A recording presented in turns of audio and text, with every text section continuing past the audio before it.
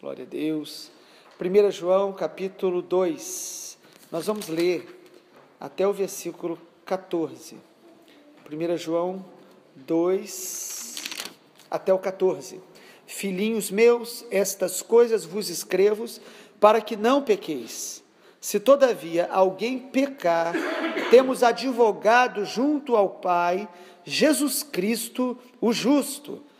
Ele é a propiciação pelos nossos pecados, e não somente pelos nossos próprios, mas ainda pelos do mundo inteiro. Ora, sabemos que o temos conhecido por isto, se guardamos os seus mandamentos. Aquele que diz, eu o conheço, e não guarda os seus mandamentos, é mentiroso.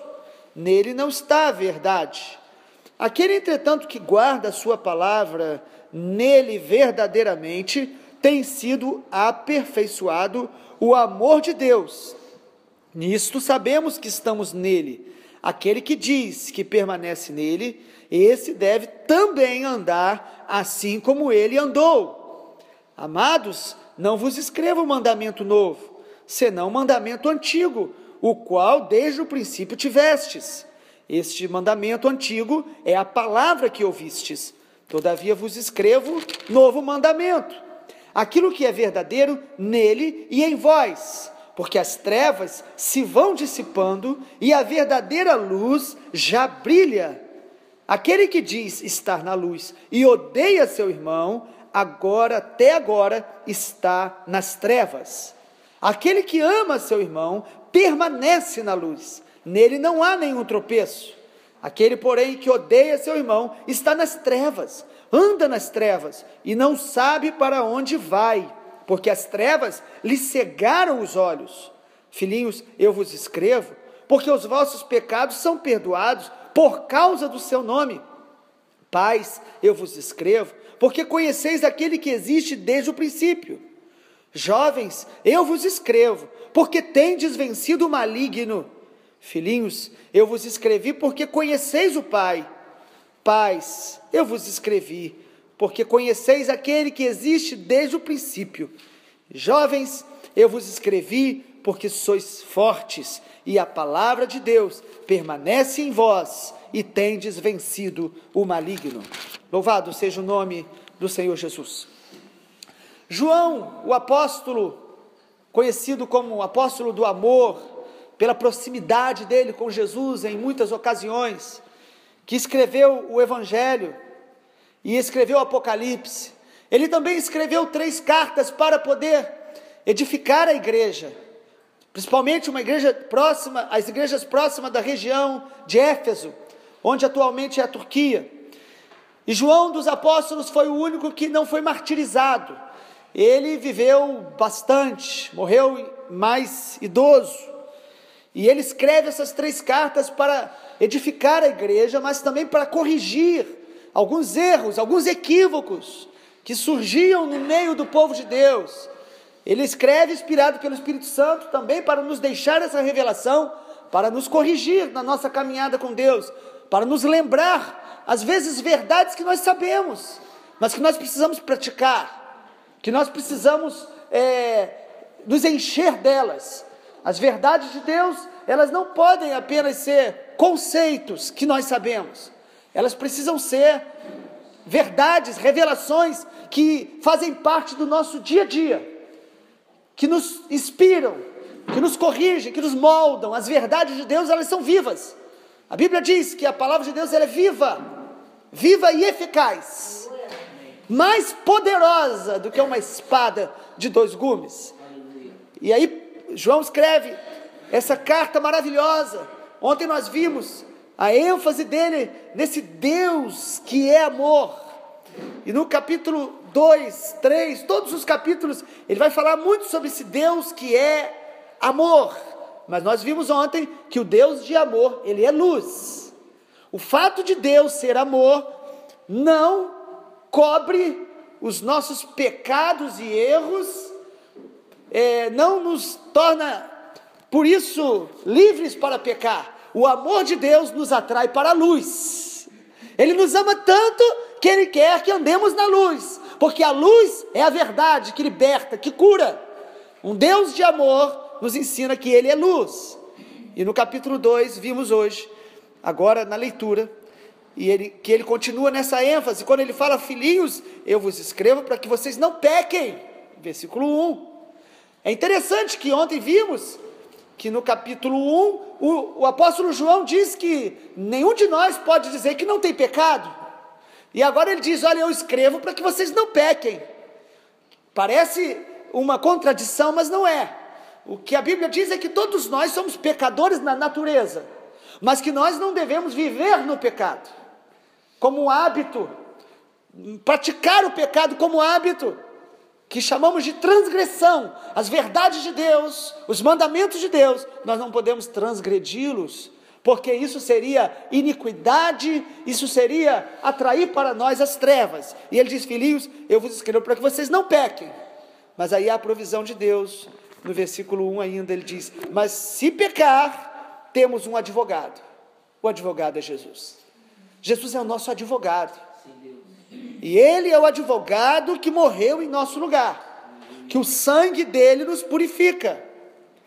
E ele morreu para nos purificar, e o versículo 2 diz: não apenas ele morreu pelos nossos pecados, mas ainda pelos do mundo inteiro. O sangue de Jesus purifica, perdoa e aproxima o homem do Pai. O sangue de Jesus nos liberta da culpa. O sangue de Jesus nos liberta do domínio do pecado. Não apenas nos perdoa no sentido: o que você fez, meu filho, eu perdoo, eu apago. Ele sim, ele apaga, ele perdoa, mas ele diz: o que você fez, eu vou te fortalecer para que você não caia novamente. Ele é o Deus que perdoa e que liberta do domínio do pecado. Ele morreu pelos nossos pecados. E a partir do versículo 3, o nosso amado apóstolo, ele diz: filhinhos, nós temos conhecido isso se guardamos os seus mandamentos. Nós sabemos que o conhecemos a partir do momento que guardamos os seus mandamentos. No verso 3, o que João está nos lembrando é que nós não podemos nos auto-enganar, achando que conhecemos a Deus, se o nosso coração não tem prazer em conhecer os seus mandamentos, em praticar os seus mandamentos. Lembra os irmãos que João está escrevendo para corrigir equívocos dentro da igreja. O que ele está dizendo para aquela igreja, para aquelas igrejas da região de Éfeso e para nós hoje, é que nós não podemos achar que conhecemos a Deus porque tivemos experiências no passado, ou porque Deus nos usou em algum momento. Mas o nosso conhecimento de Deus é revelado na medida que nós praticamos os seus mandamentos. Ele diz aí: sabemos que o temos conhecido, versículo 3, se guardamos os seus mandamentos. E não é guardar apenas saber, mas é praticar. Quanto mais eu conheço a Deus, de verdade, mais eu tenho prazer em obedecê-lo. É prazer em fazer a vontade de Deus. Como diz o Salmo 37, deleita-te no Senhor. Nós começamos a ter prazer de estar na casa de Deus, de buscar a Deus, e não apenas de fazer aquilo que nos mais agrada. No meio evangélico, o que eu gosto é disso. Não. Quando nós conhecemos a Deus, nós temos prazer de fazer a vontade dEle. Nós temos prazer de conhecer a vontade dEle, de nos alimentar da sua palavra, e de quando recebemos a palavra, nós temos prazer de praticar, nós nos alegramos de alegrar o Pai. Não se engane, o nosso apóstolo está falando para essa igreja, e o Espírito Santo está nos lembrando nessa manhã. Não se esconda por trás de um conhecimento teórico de Deus. Eram mestres que estavam ali, pessoas da primeira geração da igreja. E João está dizendo: nós sabemos que o conhecemos se guardamos os seus mandamentos. E o verso 4, ele é duro. Imagina se você estivesse lá ouvindo ele falando para você, face a face. Será que você ia achar bonito? Ele diz, versículo 4, eu o conheço, aquele que diz, eu o conheço, e não guardo os seus mandamentos, é o quê? É o quê, irmãos? Ele está dando a nós uma revelação da verdade de Deus. Se você diz, eu conheço a Deus, mas não guarda os mandamentos, é mentiroso e nele não está a verdade. João, na sua carta, nessas 3 cartas, principalmente na primeira, ele vai nos dando revelações, discernimentos, para que a gente possa perceber se estamos andando na verdade, se estamos conhecendo a Deus, ou se estamos apenas vivendo uma religiosidade teórica, cristã. De vez em quando nós precisamos desse diagnóstico de Deus. A palavra de Deus, ela é um espelho, para mostrar como nós estamos. Você se olhou no espelho nessa manhã? Creio que a maioria. As mulheres passaram mais tempo um pouco. E a palavra de Deus? Nós olhamos para ela? Você olha para um espelho para quê? Para poder se arrumar melhor, corrigir o que está fora. Mas a palavra de Deus, para muitos de nós, tem se tornado um retrovisor. A gente olha para ver a vida dos outros. Mas ela é espelho. Como estamos diante do conhecimento? Conhecemos a Deus? Como eu sei se eu conheço a Deus? Se eu guardo os mandamentos. Segundo, se eu amo.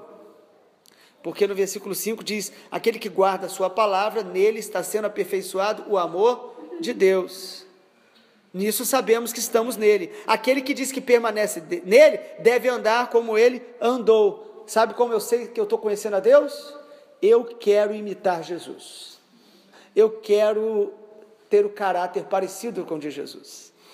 Eu quero reagir e interagir como Jesus faria, como Jesus ensina. E isso me revela que eu estou conhecendo a Deus. E não apenas uma experiência emocional ou psicológica com o Evangelho. Porque em qualquer ajuntamento nós podemos ter experiências fortíssimas, puramente emocionais, psicológicas, em nome de Jesus. Mas conhecer a Jesus de fato nos leva a querer andar como ele andou. Amar, ter prazer na palavra, caminhar com ele. A partir do verso 7, João continua dizendo, amados, eu não vos escrevo mandamento novo. Às vezes nós estamos querendo aprender algo novo. Nós estamos querendo até um versículo novo. Isso para satisfazer o nosso ego, o nosso orgulho, para que a gente possa falar, aprendi algo que eu não sabia. Mas o que nós precisamos é relembrar o que sabemos e praticá-los com profundidade. Porque o Evangelho é simples.